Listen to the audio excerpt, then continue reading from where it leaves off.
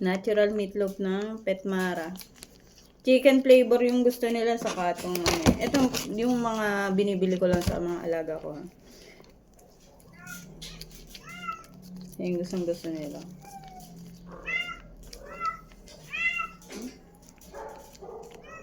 Oh, pogi-pogi na alaga ko ngayon. Tingin ka muna doon. Tingin ka muna. Aba, pogi. Oh, di ba? Pogi-pogi.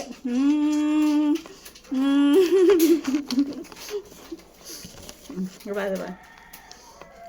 Focus talaga sa pagkain eh. Oh. Yan. Kaya mataba yung mga yan. Tingnan, ang ganda ng balahibo niya, no? Petmaring, pinapakain ko dyan eh.